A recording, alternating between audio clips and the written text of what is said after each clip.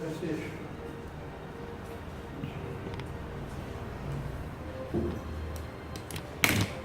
Que é especialista.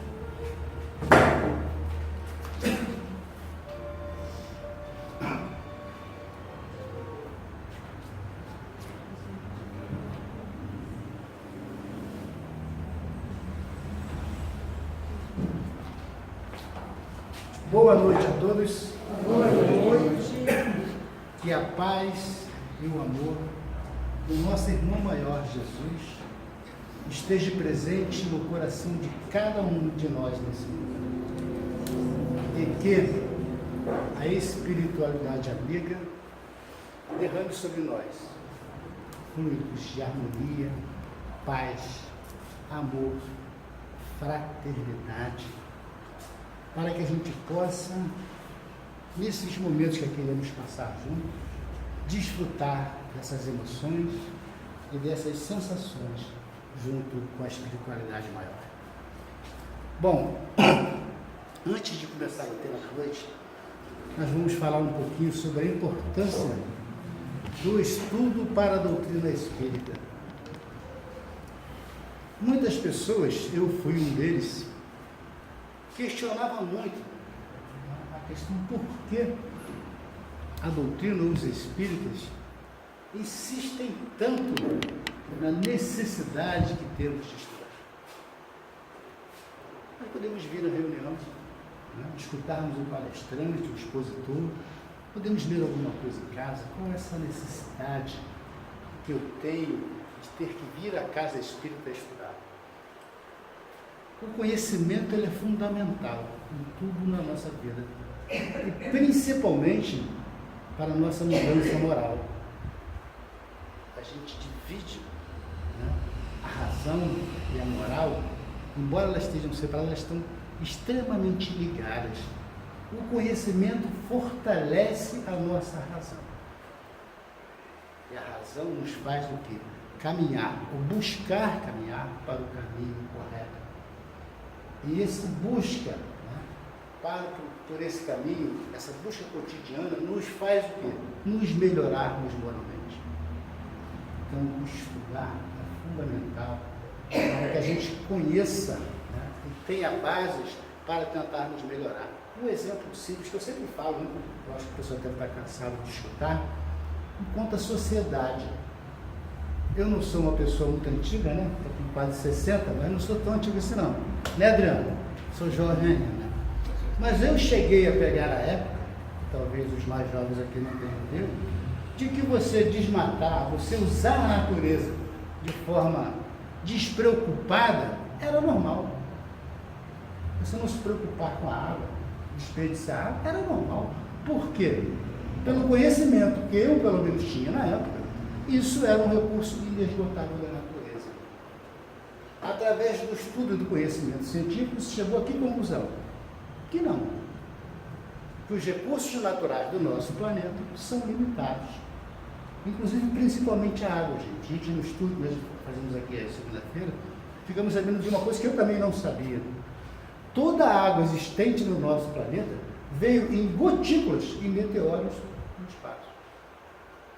E essa é a única reserva que a gente tem. Se a gente acabar com ela, não tem outra. Isso tudo o quê? Fez com que o homem despertasse em si, todos nós, um sentimento ecológico de amor à natureza e de proteção à natureza, evoluindo moralmente através do conhecimento. E tudo proporciona isso. Por isso é extremamente importante, dentro das possibilidades de cada um, que estude, se dedique um tempo da sua semana, do seu mês, do seu dia, para estudar e compreender um pouco melhor. E por que estudar na casa? Quem gosta de falar isso é o Pedro, né, Pedro? Por que estudar na casa espírita? Hoje com a internet, né, Pedrão? Pô, é fácil, rapaz. Chego lá, ligo a net, estou lá, vou ver quem? Fulano de tal, vou dar a palestra dele, né? Vou na FEB, né? Tem lá os cursos na FEB, eu posso fazer isso. Qual a diferença de eu estar estudando em casa sozinho e eu estar na casa espírita? Alguém se arrisca? Ninguém se arrisca? A ambiência. Jesus nos disse com muita propriedade que onde estivesse dois ou mais, reunidos em nome dele, ali ele estaria presente. Isso quer dizer que quando tem um só ele não está presente? Não. Ele fala da importância da união, né, da congregação, vários pensamentos unidos. Tá? Um só objetivo fortalece o ambiente. E nós temos na Casa Espírita também todos os nossos amigos que vêm aqui com frequência, que são responsáveis também para nos auxiliar a compreender melhor esse estudo. Tá? Então, estudar. Bom, por que eu estou falando isso? Para fazer propaganda do nosso estudo, né? Dia 4 de fevereiro, inicia-se, né, a jornada de estudo do ano 2019. Esse ano, com felicidade, teremos três estudos diferentes, né? Um, do qual eu faço parte, que é chamado SE. O SE é um curso desenvolvido pela própria casa. Você não vai encontrar o SE em outra casa espírita. O formulário está sendo desenvolvido ainda, ele vai sendo feito de acordo com o andar dele próprio, vai se desenvolvendo temas. Ele tem por finalidade estudar o quê? SE significa estudo da criação ao espiritismo. A finalidade desse estudo é nós compreendermos, ou tentarmos compreender o melhor possível a nossa relação com Deus, ou ao contrário, a relação de Deus com a sua criatura, desde a criação, desde o Deus Criador. O ano passado nós estudamos a criação universal. Passamos basicamente um ano inteiro, foi isso, Conceição? Na parte criacionista, né? A gente começou a estudar como foi criado o universo, a Terra, os espíritos como foram criados, as leis divinas, então a gente estudou tudo isso. Esse ano a gente vai passar o quê? A gente vai para a relação salvítica, quer dizer, a relação de salvação, de regeneração de Deus conosco. Vamos começar estudando a história das religiões, depois vamos estudar, né, os grandes patriarcas do cristianismo, né, vamos estudar depois as parábolas de Jesus, para chegarmos no final ao quê? A condição moral que a doutrina espírita veio nos trazer. Essa é a finalidade. Toda a relação que Deus teve conosco, a gente vai buscar estudar, né, ou um pontinho, né, um pouquinho disso nesse estudo. Vai ter outros, vai ser todas as segunda-feira, né? Antes que eu esqueça, não vou falar, eu vou esquecer de falar o horário, vai ser dia 4 de fevereiro, uma segunda-feira, às 19h30. Todos três simultâneos. Terá um outro estudo, né, que é o ESG. Cadê a Maria? A Maria Papa ESG, né? Ela fez 3, eu fiz 2,5. Eu adoro o ESG, cara. E vou fazer ainda, novamente, o ESG. O que é o ESG? Se fala que é um estudo para os iniciantes da doutrina espírita.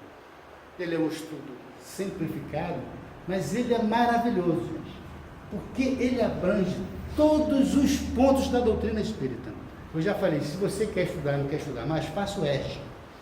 Porque depois que você terminar o ERG, você precisa de um bom ERG. Se você se dedicar e assimilar tudo que o ERG te diz, não digo nem tudo não, se você conseguir assimilar 10% do que o ERG vai lhe dizer, vai lhe mostrar, você não precisa aprender mais nada.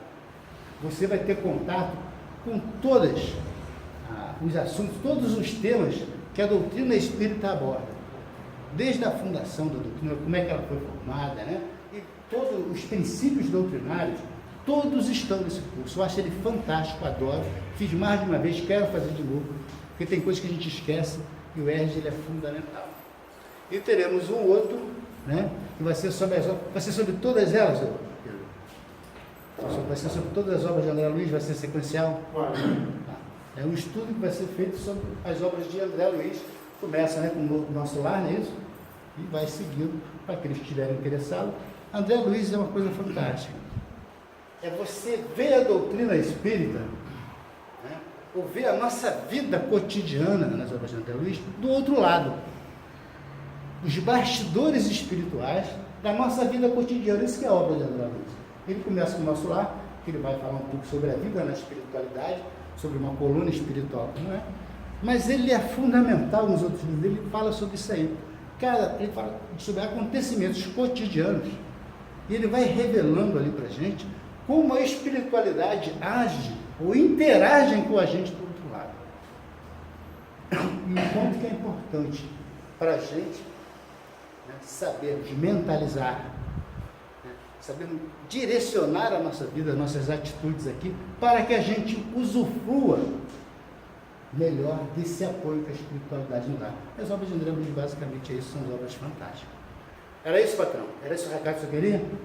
Teremos todos aqui segunda-feira, dia 4, com certeza, né? Espero ver todos esses rostinhos aqui de novo no dia 4, vai ser um prazer muito grande. Eu não vou estar, né? Tem uma palestra, né, cara, do ENEF, né? Mas vai ver alguém. No 21, segunda agora, o senhor Maurício vai fazer uma aula inaugurar os dois estudos. Dia 21 agora? Segunda-feira, 7h. Aí depois eu falo no final. Você fala no final, isso aí? Bom, então vamos conversar um pouquinho sobre o tema de hoje. Hoje nós vamos conversar um pouquinho sobre penas futuras, penas eternas, né? Alguém aqui tem noção, acho que todo mundo tem, né? Do que seja isso, penas eternas. Penas eternas é um dogma da maioria das religiões. Eu, pelo menos, não conheço todas, né? Mas todas que eu conheço, você vai ver lá que existe um céu e um inferno. Isso é comum a maioria dela, né? Pode dar outro nome, mais básico, mas principalmente para nós que somos o quê? O que nós somos, gente? Espíritos. Cristãos, né? Somos cristãos. Para nós que somos cristãos, esse dogma é extremamente forte. É isso? E se baseia em quê? O que é isso? O que seriam as penas eternas? A esmagadora maioria do cristianismo, nós somos cristãos, mas não fazendo parte, somos minoria, é isso? Defende a tese do criacionismo. O que seria isso? Deus cria, né, o espírito, a alma, no momento da fecundação do óvulo. Cada um de nós, nossos espíritos, foram criados no momento da fecundação do óvulo da nossa mãe. Ali tem início a nossa jornada enquanto espírito. Nascemos, vivemos uma vida, morremos, e então tem duas opções. Quais são essas duas opções? Se eu fui, todos nós nascemos ignorantes, erramos todos nós durante a vida, mas existem aqueles que se arrependem de fato, né, dos erros que cometem durante a vida e que têm uma vida laboriosa e dedicada a Deus, né, ao cumprimento, né, dos mandamentos divinos. São os justos. Os justos, acontece o que com eles?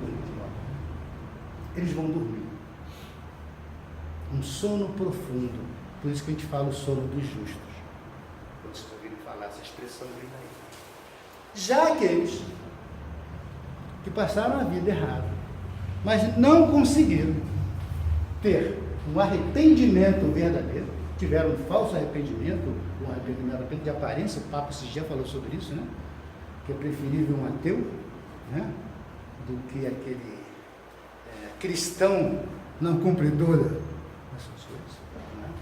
Existem aqueles que fingem que se arrependerem, não. Ou existem aqueles que são persistentes no erro. E esses acontecem o que com isso? Quem sabe? Vão dormir também? Para esperar o juízo final? Não, gente. Não tem nem direito de dormir um pouquinho antes. Vai direto para o inferno. Né? O que é o inferno? Existem relatos dos mais fantásticos que vocês possam imaginar. Eu vou ler só um pedacinho, para a gente ter uma ideia do que seja o inferno, de Santo Agostinho. Santo Agostinho encarnado. Santo Agostinho espírito já não acredita mais no inferno, né? Mas ele conta encarnado, ele tem um relato do inferno fantástico. Ele fala para a gente assim, para a gente ter uma ideia do que seja inferno, né? O que esperava o Chico há um tempo atrás.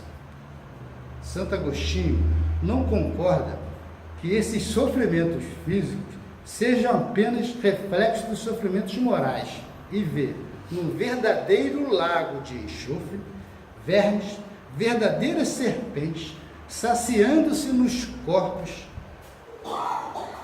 casando as suas picadas com o fogo. Ele pretende mais. segundo o versículo de São Marcos, que esse fogo estranho, posto que material como o nosso é, e atuando sobre corpos materiais, os conservará como sal, conserva os corpos das vítimas. Os condenados, vítimas sempre sacrificadas e sempre vivas, os condenados, sentirão a tortura desse fogo que queima sem destruir. Olha só, esse fogo, gente, ele queima sem destruir. Penetrando-lhe a pele, serão deles embebidos e saturados em todos os seus membros, na medula dos ossos, na pupila dos olhos, nas mais recônditas e sensíveis fibras do seu ser. A cátedra de um vulcão, a cratera de um vulcão, se aí pudesse submergir, se-lhe-ia lugar de refúgio. Então, isso não foi pintado por São Deus. Então, quem errou, não se arrependeu, inferno. Aquele que é justo vai dormir um pouquinho, até o dia do juízo final. O dia em que Deus voltará à terra, Jesus à sua direita, e que irá julgar um por um de nós. Aqueles eleitos e escolhidos serão os salvos, passarão à sua direita e viverão o quê? O céu dos juízos eternos. Vão para o céu e lá viverão felizes para sempre.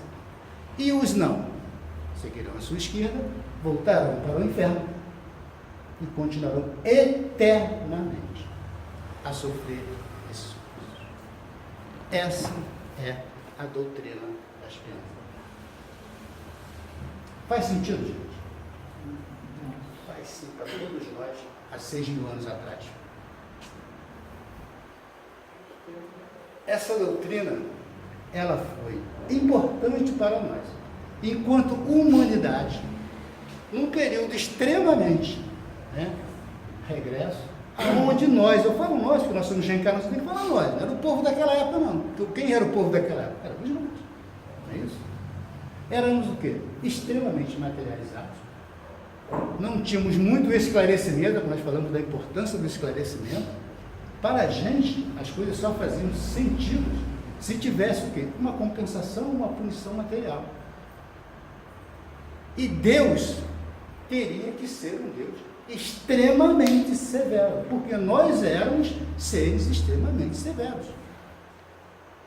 Se você olhar a justiça humana, se der no final a gente vai falar um pouquinho sobre isso, sobre a evolução da justiça, ou do conceito de justiça humana, nós vamos olhar há 6.000 anos atrás, como ela era. Dura. Então, como Deus, que é supremo de justiça, teria que ser extremamente duro. E as penas teriam que ser também de acordo com o quê? Com a grandeza do ser divino. Se Deus é eterno, a punição tem que ser eterna. Porque quando você... Joana, desculpe, gente, eu tenho que dar um abraço na Joana. Muita saudade de você, viu? Só você que faz isso comigo, ninguém mais faz isso. Agora você deixa eu fazer uma palestra. Bom, está de longa só. A Joana não tem jeito. Então nós éramos seres, Deus era muito grande, a punição também teria que ser grande. Por quê? Nós desafiarmos a lei do ser supremo do Deus. Deu para a gente entender até agora? E era o quê? Uma forma o quê? De contenção, gente, desse povo bárbaro que nós éramos. Nós não tínhamos medo de pouca coisa, não.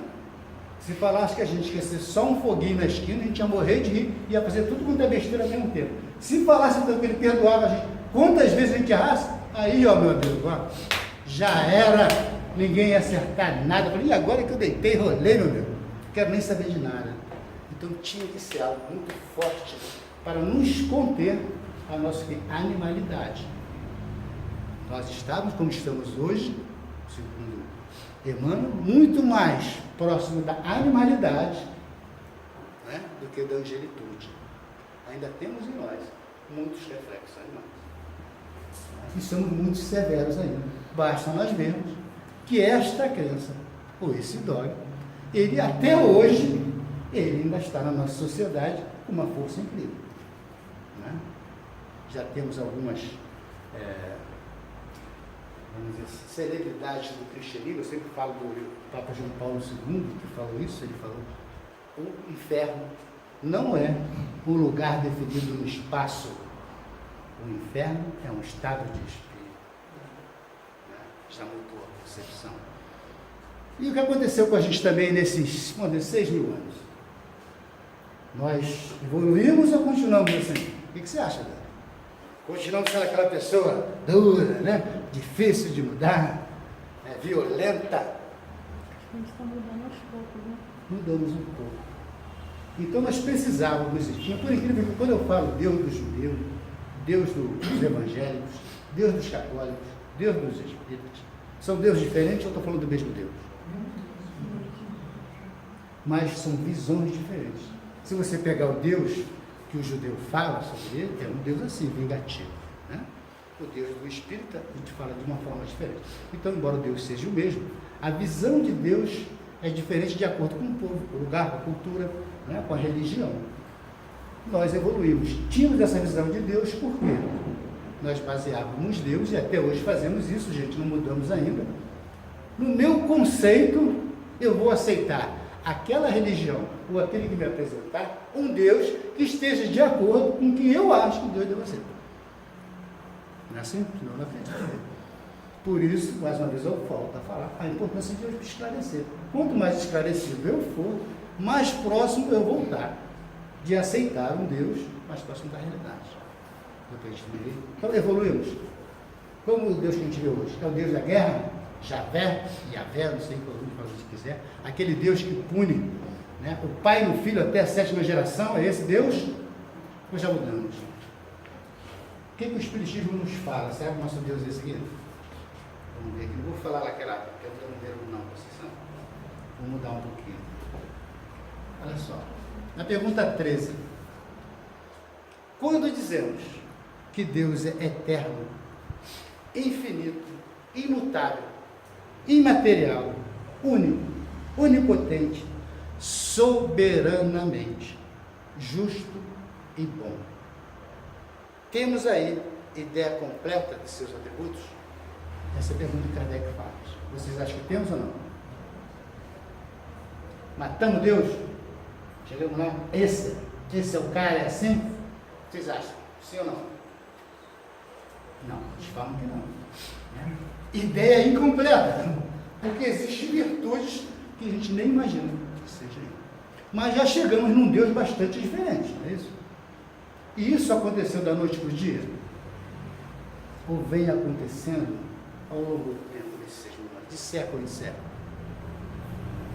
Isso vem acontecendo, mas principalmente no século XIX, então foi um século de grandes pensadores. O que aconteceu com esses grandes pensadores? Ou com esse povo que já estava um pouco mais intelectualizado? O que aconteceu com eles com relação a esse história? Aquele Deus vingativo já não sustentava mais, já não fazia mais sentido. Começou o quê? Uma grande onda de questionamento. O ateísmo, né? O materialismo evoluiu de forma fantástica nessa época, porque esse Deus não supria mais a necessidade desse homem mais evoluído. Ele começa então a questionar esse história. Quem faz isso de forma fantástica, vamos falar novamente de Santo Agostinho, agora é Santo Agostinho espírito, né? Eu falei de Santo Agostinho, quando ele não era espírito, né? Agora não falo dele como espírito. Quem faz isso de forma fantástica, na pergunta 1009 do Livro dos Espíritos. E que a gente vai ler um pouquinho aqui, alguns desses questionamentos que ele faz, para a gente entender se a gente realmente hoje, mesmo com todo o esclarecimento que a gente já questiona essas coisas ou não. Ou como a gente questiona essas coisas. Essa pergunta 1009, ela é tão importante, gente, que talvez, eu não tenho certeza, ela é a pergunta mais simples e mais complexa e mais importante do Livro dos Espíritos. Para vocês terem uma ideia, sabe quantos espíritos respondem essa pergunta? Geralmente você tem o quê? Uma pergunta e uma resposta, não é isso? No Livro dos Espíritos. Essas são 4 espíritos que respondem essa pergunta. E olha só a questão: Santo Agostinho, Lamennais, Paulo de Tarso e Platão. São os 4 que respondem essa pergunta, 4 respostas fantásticas, vale a pena ganhar um tempo em casa, pegar essa pergunta, ler as respostas com bastante carinho, para você poder entender tudo o que eles falam. Mas Santo Agostinho, ele dá uma resposta que é um monte de perguntas interessantes para isso aí. E nos questiona hoje com relação a isso. Ele começa a dizer, a pergunta é a seguinte, olha só, uma pergunta simples. Assim que ele vem descrevendo essa parte do livro dos Espíritos, vem falando sobre a questão das penas futuras. Né? Se ela é eterna, se não é eterna, depois a gente vai falar um pouquinho sobre isso. Aí nessa pergunta, ele completa dizendo assim, né, como já vem se dizendo, as penas impostas jamais são por toda a eternidade? Essa é a pergunta de Kardec. Santo Agostinho responde o seguinte, interrogai o vosso bom senso, a vossa razão, e perguntai-lhes se uma condenação perpétua, motivada por alguns momentos de erro, não seria a negação da bondade de Deus, que é, com efeito, a duração de uma vida, ainda que de 100 anos, em face à eternidade. A eternidade. Compreendeis bem esta palavra? Compreendemos bem essa palavra? Eternidade. Já paramos para pensar nisso? Será que essas pessoas, né, que pensam no inferno, eles param para pensar um minuto no que seja uma eternidade? Não dá para se pensar. A nossa mente, no estágio evolutivo que nós estamos, não consegue ainda, né, imaginar que seja eternidade. E você comparar isso a uma vida, eu vou dizer mais, eu sou pior que Santo Agostinho. As nossas encarnações todas até hoje. 10.000 anos comparado à eternidade é o quê?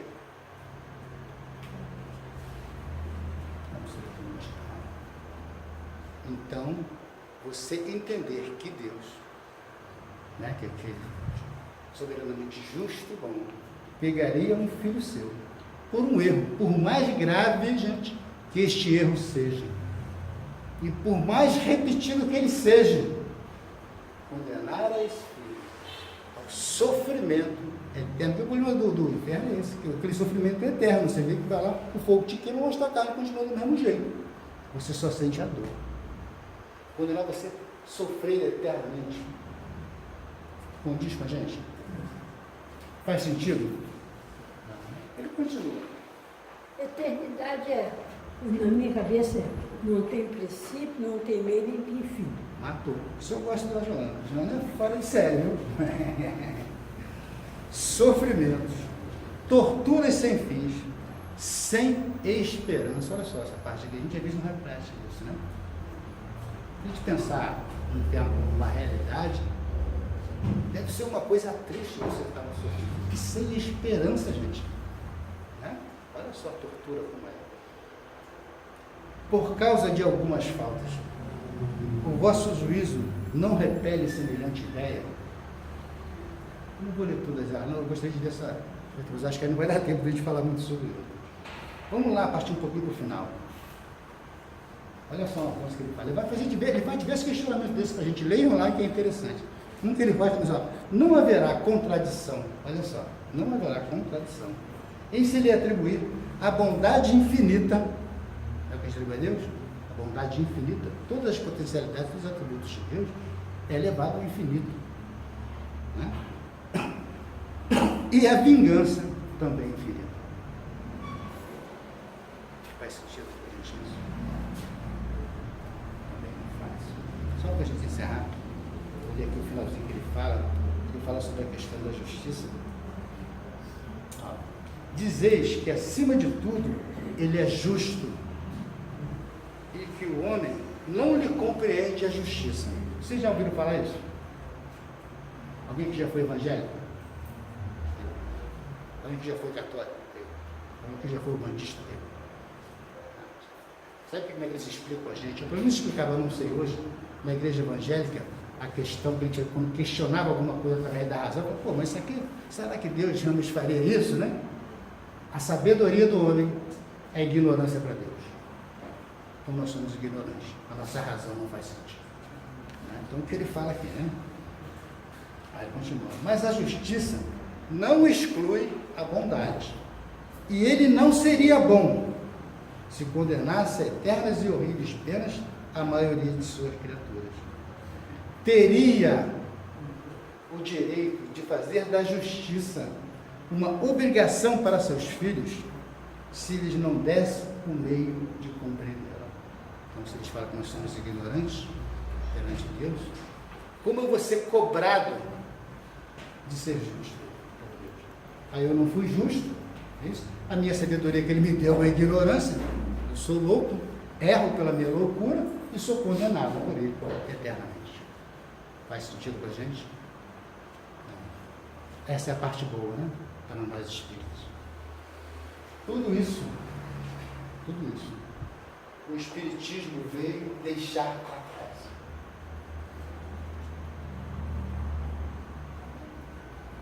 Falamos, o Espiritismo é o consolador, leva a doutrina consoladora. Agora, tudo bem, a gente não tem mais penas eternas, a gente erra, e aí? O que acontece? Vamos errar?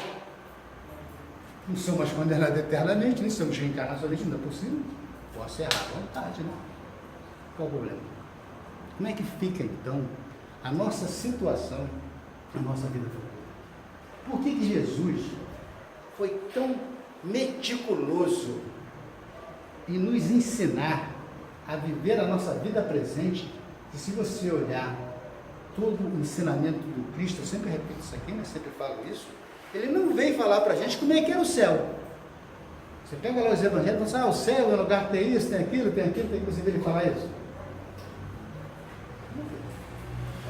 Ele fala o que para a gente? Quais são os ensinamentos de Cristo?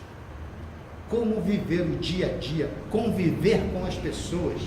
Então ele veio nos falar sobre a nossa vida presente, como nós devemos agir na nossa vida presente. Para quê? Para que a gente ganhe as recompensas futuras. Não é isso? Já ouvi falar. Então, como fica isso? Como é que fica esse desajuste nosso? Esse capítulo vai falar da pergunta, acho que 1003 a 1008 vai falar sobre isso. A gente vai falar um pouquinho de como é para o Espiritismo a questão das penas futuras. O que vai acontecer? Hoje eu estou mal, viu, Jânio? Hoje eu estou malzinho. Francisco, e a dificuldade não é um freio para a gente? Sim. Quanto mais duro tem um poema maravilhoso que eu não conheço ele todo, só que sei um pedaço, está lá em Parnaso de Aleituno, que fala o seguinte, eu não lembro se é bem assim, o amor e a brandura, a candura e a ternura, eu brando, você brando, quem irá domar o burro bravo? Às vezes, o burro bravo, o que é? Chicote de escolha. É uma ideia, né? Então, naquele momento nosso, de 6.000 anos atrás, isso era importante para nos frear, para nos conter, né? Hoje eu questiono isso, a gente vai questionar no final, vai ser justamente isso. Será que hoje é necessário isso para nos frear? A gente vai questionar isso. Vamos pegar lá a pergunta dele, que vai explicar um pouquinho para a gente. Isso aqui, ó, duração, vai falar sobre a duração das penas futuras, a parte 4 lá do Livro dos Espíritos. Pergunta 1003. Ele começa a perguntar o seguinte: é arbitrária ou sujeita a uma lei qualquer duração dos sofrimentos do culpado na vida futura? Quer dizer, quando a gente erra aqui, a gente vai para o outro lado. Existe uma lei que rege isso, ou alguém vai arbitrar aquilo ali. Você vê de errar, então você vai sofrer isso. Né? Ele pergunta aqui. Deus, então a primeira coisa que a gente vai falar, o que é, para os espíritas, as suas atitudes têm consequências sim. Nesta e na próxima vida.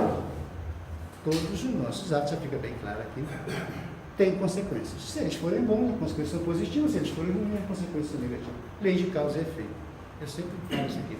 Se eu ofender o Pedro, que é um santo, se eu xingar ele duramente, né, o Pedro com certeza não vai ficar com raiva de mim nem magoado comigo. Agora, ele vai confiar em mim? Vai ficar difícil, né? Então eu já perdi ou não? Já teve consequência ou não? A lei de causa e efeito, ela está no nosso dia a dia, gente. Eu acho que teve consequência, porque Tudo. porque coisa que a gente antes se machucava mais, agora a gente se machuca menos. Tudo tem consequência. A gente pode até não enxergar. Quando Jesus fala, bem-aventurados os aflitos, quem são os aflitos?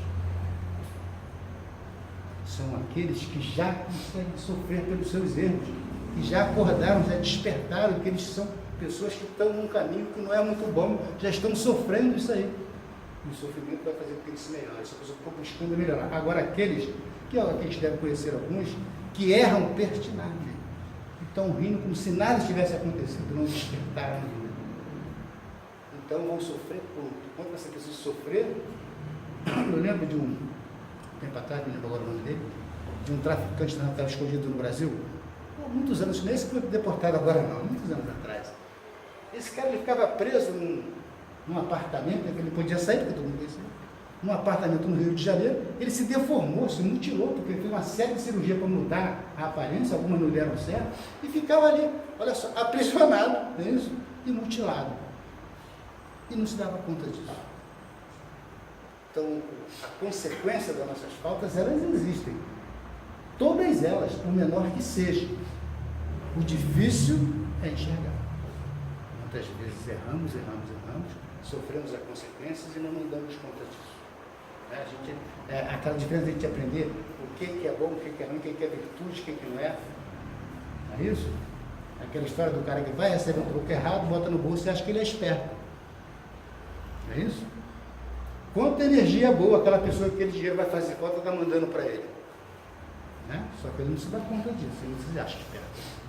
Na maioria da nossa vida, das nossas atitudes, nós temos essa dificuldade ainda para identificar, né, não só as nossas atitudes estão corretas ou não, e as consequências dela. Tá? Ele vai responder lá. Falei e não respondi a pergunta. Né? Deus nunca obra caprichosamente. Tudo no universo se rege por leis em que a sua sabedoria e a sua bondade se revelam. Então, todos os nossos atos estão sujeitos às leis divinas, que são perfeitas e imutáveis. Uma delas é o quê? Lei de causa e efeito. Tudo que você faz, você vai ter a consequência daquilo, positivo ou negativo. Bom? Em que se baseia a duração do sofrimento dos culpados? Todos nós que somos culpados, aqueles que serem culpados vão sofrer. Agora, o que se baseia? Qual vai ser a duração disso? Isso é uma parte que todo espírito deve ler. Essa parte, todos os espíritos devem ler com muita atenção. Olha só o que fala. No tempo necessário a que se melhore. Então, para cada falta, existe um tempo determinado ou não? O que vocês acham? Eu roubei alguém, R$100. Aí, tem um tempo determinado, o cara que roubou R$100 vai ficar sofrendo tantos anos, o que vocês acham? O que ele diz aqui pra gente? Não. Eu posso sofrer 1 segundo e posso sofrer 1 milhão de anos. Vai depender do tempo que eu determinar para me melhorar. É o livre-arbítrio. Quanto tempo eu demorar para melhorar daquele erro, mas a consequência dele eu vou sofrer e vou ficar. Isso depende de mim. Certo? Sendo o estado de sofrimento ou de felicidade proporcionado ao grau de purificação do espírito, a duração e a natureza de seus sofrimentos depende do tempo que ele gaste em melhorar-se. À medida que progride e que seus sentimentos se depuram, seus sofrimentos diminuem e mudam de natureza. A primeira coisa, não existe uma lei fixa, tempo determinado para absolutamente nada. O tempo é você que faz. Está sofrendo? Busque a causa do seu sofrimento e modifique.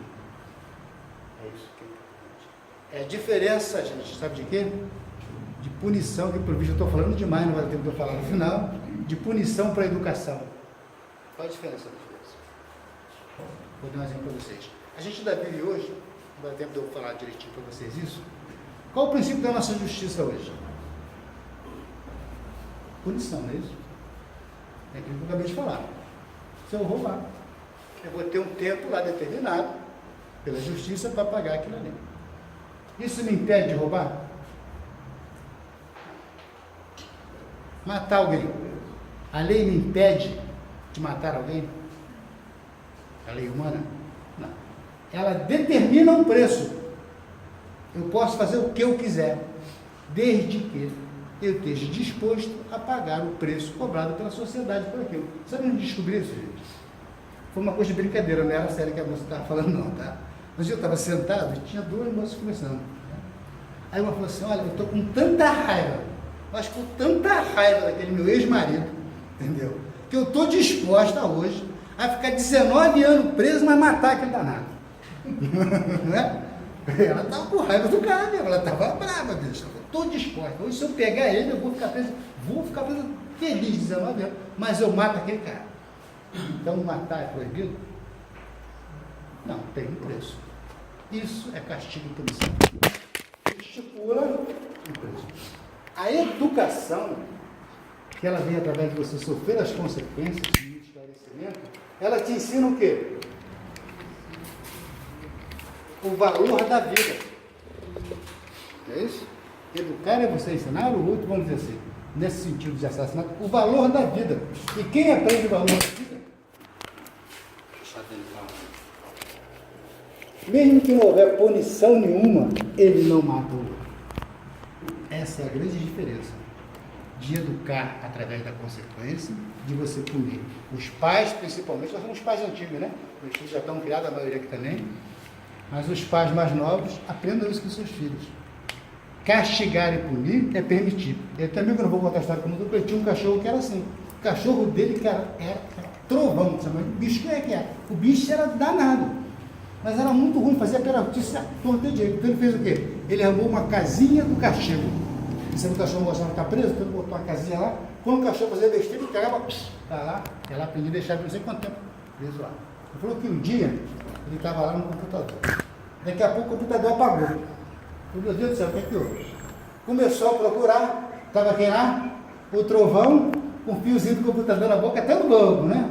Ele falou que ele só olhou. Ele pegou, abanou o rabinho, olhou para a cara dele assim, como a gente explica, pegou e foi para a casinha. Isso é castigo. Eu sei que eu vou pagar. Não sei se vocês foram crianças. Eu já fui uma criança bastante esperada. Eu sabia, eu vou fazer isso, minha mãe vai fazer isso, mas eu vou fazer, porque vale a pena. Ela vai me dar 3 vezes um cabo de vassoura nas costas, no outro dia vai estar bom, mas eu fui para o posto tomar banho e gastei colégio. Isso é isso. Educar é você ensinar o valor das coisas. Para primeiro que não tenha punição nenhuma, a pessoa não faz. Essa é a diferença da consequência para o castigo. Então, o que a doutrina nos fala é que a nossa vida, as nossas atitudes têm consequências boas ou ruins. Isso que ele fala. As suas atitudes boas, quando você muda, você vai gozar daquilo ali. Você vai desfrutar daquela felicidade. Quando você erra, ninguém vai te castigar, ninguém vai estar lá apontando o dedo para você, falando, você fez isso, não tem juiz não, meu querido. O juiz está onde? Na consciência, sua própria consciência te acusa, você se desperta, está gravado no seu perispírito, você um dia vai olhar e vai falar assim, nossa senhora, não sei se já aconteceu com vocês, isso acontece sempre comigo. Falo, não acredito que eu fiz isso. De novo não, né? Já aprendi tantas vezes, né? A minha consciência me culpa. Isso chama-se expiação, gente. Tá? Como o tempo está curto, viu, Pedro? A próxima vez, Pedro, você me pergunta pelo menos umas 3 horas para me falar, você vai ficar 1 hora, não dá certo, não. Isso é uma das grandes confusões, a gente tinha mais para falar. Leiam, gente, olha, são 10 perguntinhas, tá? Da 1003 a 1010, leiam em casa. Com bastante atenção, isso que vale a pena. Agora, uma das grandes confusões que existe na doutrina espírita é a famosa expiação. Quem já ouviu falar? Que fulano veio assim porque está espiando o erro do passado. Está pagando uma falta. Quem já ouviu falar assim? Expiação é isso. Esse tipo de expiação existe.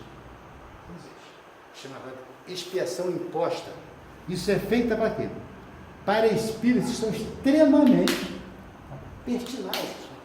Volta, encarna, faz uma coisa, volta, encarna, faz uma coisa. Não muda. Passa 1000 anos e o cara não muda. Então precisa de um empurrãozinho maior. Porque nem a gente aquele deu lá atrás, né? Precisa de um empurrãozinho maior. Às vezes a pessoa precisa de um empurrãozinho maior. Então ela vem uma determinada limitação ou numa determinada circunstância, né? Para que ela desperte para o erro que ela está fazendo. Por exemplo, aqui, eu sempre pergunto isso: existe injustiça no nosso planeta? O que vocês acham? Existe ou não existe? Então Deus é injusto? Não. Se existe injustiça, Ele permite, então Deus é injusto? Não, mas a justiça que não pratica a gente. Oi?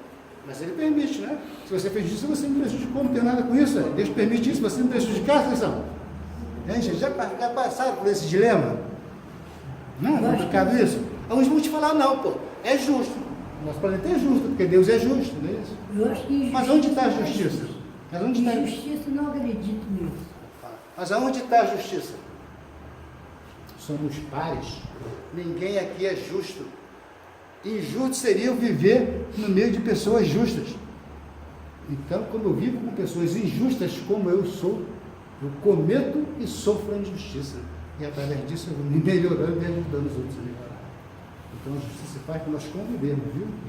Você é injusto, eu sou injusto, nós convivemos. Você faz justiça comigo, eu faço contigo. A gente vai aprendendo que a justiça é uma coisa ruim. E a gente vai se melhorando. Então isso é conviver e é assim que a gente aprende. E expiação, eu vou até ler um texto para vocês.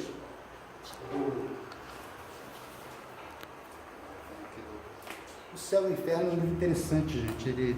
Metade dele, ele vai falar sobre essas questões de penas eternas, inferno, céu, de infernos e céu, e depois ele vai contar, a segunda parte é toda de historinhas, que vai relatar situações da consequência espiritual. É bastante legal para você ler também. A base fundamental da justiça posterior, que a doutrina espírita se baseia nisso aqui, ó, gente. O arrependimento, conquanto seja o primeiro passo para a regeneração, não basta por si só. São precisos a expiação e a reparação. Aqui tem uma diferença fundamental da doutrina espírita. Arrepender-se é o primeiro passo. Você fez, você errou. Um dia você desperta para aquilo e fala, cara, isso não é legal. Isso que eu estou fazendo não é uma coisa boa, nem para mim, nem para o outro, não importa, né? Isso está sendo uma coisa que está trazendo consequências para mim, para a sociedade, para as pessoas que eu convivo e até para mim mesmo. Então isso é um arrependimento. Você ganha consciência, aí que é importante também você se esclarecer, de que aquilo não é algo legal. Isso é o arrependimento. É o suficiente? A maioria das doutrinas dizem que é, não é, Conceição? Porque a salvação é pelo quê? Uma coisa chamada graça. O que é? Aquilo que Deus dá por quem quer. Por isso que ele tem os eleitos. Já viu falando povo eleito, os escolhidos? É escolhido por Deus. Tá? Chico é gente boa, o Chiquinho aqui é gente boa mesmo. Então eu sou eleito. Ó, Chico, esse aqui está salvo, tá, pela graça, entendeu? Não tem mais pecado nenhum. Adriano não. Adriano, nego, não vou eleger ele, então ele pode fazer o que ele quiser, que ele não tem jeito. Isso é graça. Né? Aqui Deus lhe dá. Tem até um ditado que eu já vi espírita falar. Como é que é? Deus não escolhe os capacitados, capacita os escolhidos. Já ouviram falar isso? A frase, depois você leu ela completa, é uma frase de Albert Einstein, que não tem nada a ver com isso, tá? O que ele fala é completamente diferente. Tem essa parte no texto dele, mas está totalmente fora do contexto, que ele quer falar que é muito contrário, aquele que se dedica, que ele tem em si, todos nós temos em si, a potencialidade divina. Então aquele que se dedica a ela e acredita nisso e tem fé, consegue realizar as coisas. Mas já vi o Espírito está falando isso. Verdade ou não? Deus capacita os escolhidos? Então ele tem preferência? Ou Deus escolhe os capacitados, pastor? Escolhe os capacitados que quiser se esforçar e tem competência para fazer. Nós que ainda não temos como trabalhar, mas conseguimos chegar lá. Tá? Aí ele vai falar como se processa isso. Arrependimento, expiação e reparação constituem, portanto, as 3 condições necessárias para apagar os traços de uma falta e suas consequências. O arrependimento suaviza os travos da expiação, abrindo pela esperança o caminho para a reabilitação.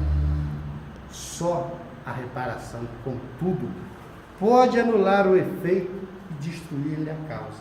Do contrário, o perdão seria uma graça e não uma anulação. Vamos passar essa limpa em 5 minutos para vocês. Eu erro. Olha a diferença do estudo. Como é que funciona? Pois eu erro. Me arrependo. Quando eu me arrependo, o que acontece? Eu acabei de falar, né? Eu falei, cara, errei. Coisa ruim, né? Isso é expiação emocional que a gente tem. É algo que nos machuca, né? Nos dói aquilo ali. Eu falei, poxa vida, como eu fiz isso, como eu magoei com a pessoa, ou como eu fiz isso de errado com alguém, como eu fiz isso de errado comigo mesmo, né? Isso chama-se expiação. Esse sofrimento emocional é chamado de expiação. Que não se confunda isso com culpa. Culpa é você ficar nessa rotatória a vida inteira. Aí eu errei, eu sou errado, então eu não mereço nada e você não sai do lugar. O arrependimento, com a responsabilidade, por quê? Eu errei sim, estou errado. É duro, a expiação me fez sofrer isso, mas eu posso mudar e tenho que seguir em frente. Isso é arrependimento. Do contrário, é culpa. A culpa não te tira do lugar. Você viu aquela pessoa, como você que errou, há 2 anos atrás e não sai de lá? Está sempre aquilo na mente? Ela está onde? Qual o tempo dela? Ela está parada 2 anos atrás, não está? Porque a mente dela está fixada lá, cristalizada naquele momento. Então, o arrependimento você vai falar, não, isso realmente é errado, eu estou errado. Sofri por isso, mas eu quero mudar. Aí você vem a parte mais importante, que é o resgate. E o que é isso, gente? O que é resgatar uma falta? Outro erro, também bastante comum na doutrina espírita. Ah, eu matei 100 e eu tenho que morrer assassinado, né? Aí resgatar isso. É isso? Ou eu tenho que salvar 100 vidas? Isso é resgatar. É eu pegar e pagar com o bem, ou usar o bem que eu posso realizar, para agir em sentido contrário ao mal que eu fiz, na mesma proporção. Se eu matei 100, que eu salve 100 vidas. Então, isso é o quê? É castigo ou é educação? Essa é a grande diferença que a nossa sociedade precisa despertar. Ainda vivemos, e vou falando aqui, ó, posso falar assim, apontar com os 2 dedos para mim? No momento da o quê? Da punição. Se alguém fala comigo mais alto no trânsito, eu faço o quê? Como eu sou bonzinho, né? Não xingo a mãe, mas chamo ele de burro. Né? Já melhorei. Já adiantei um pouco, né, Dani? Dani não faz isso, Dani é espírito puro, duvido se alguém, né? Agora. Eu acho que chamar de burro não é uma ofensa. Ofensa para o animal, né? Ofensa para o animal. Chamar de burro é ofensa para o animal, tá? O animal é tão bom, eu acho que chamar de burro não é ofendendo. Mas então, essa mudança é fundamental na nossa vida, gente, para que a gente seja. E sabe o que é o nome disso, gente? Desse resgate que eu estou falando para vocês? Existe uma coisa que está muito em moda, agora está caindo um pouquinho, mas que eu vejo falar toda hora. Eu já ouviu falar em auto-perdão. Quem já ouviu falar? Todo mundo já ouviu falar, né? Ah, você não pode ficar se culpando, mesmo falei de culpa, né? Você tem que se perdoar. Então, quer dizer, eu erro, falar, eu sou humano, né? Estou em fase evolutiva, não sou perfeito, errei, está errado, faz parte da minha natureza, tudo bem, me perdoei, é isso que funciona. Aí que a doutrina te explica, não. O resgate, ele é fundamental para o auto-perdão, que a partir do momento que você não erra mais, você não está infringindo mais a lei divina. Você já sofreu, você expiou. E como você vai se quitar com você mesmo? Porque o dia que a sua consciência despertar, Fala assim, cara, eu matei 100 pessoas. Quando se fala em resgate, você está resgatando o que é você mesmo, a sua dignidade. Então você precisa se perdoar. Agora, o auto-perdão, ele é um processo que você só consegue realizar através de quê? O resgate das suas formas. Eu errei com a dona Joana, eu tenho que chegar, dar um abraço e um beijo nela para eu poder me sentir quente. Irmão, por que o ódio e o perdão andam juntos? Porque são duas Não, nuances do o amor. ódio e o amor. Depois eu explico, O são ódio duas e o amor nuances da andam mesma juntos. coisa.